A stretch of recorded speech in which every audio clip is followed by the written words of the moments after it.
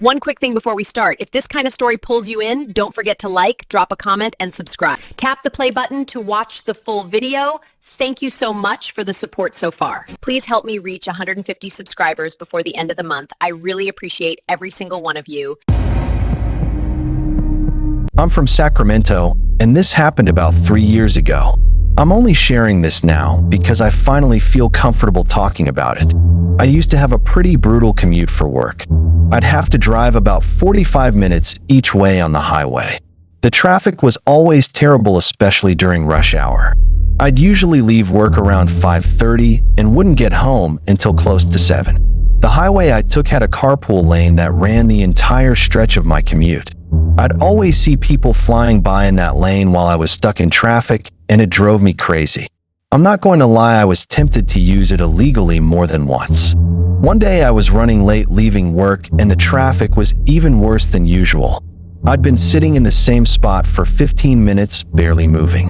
I was stressed because I had plans that evening and was going to be late. That's when I saw her. There was a woman standing on the side of the highway near the on-ramp holding a sign that said East Bay, which was the direction I was heading. She looked normal enough, maybe in her 30s.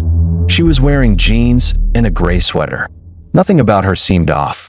I normally would never pick up a hitchhiker, but something made me pull over. Maybe it was because I could use the carpool lane with a passenger. I know that sounds selfish, but traffic was really bad and I was desperate. She got in the car and thanked me. Her voice was soft and polite.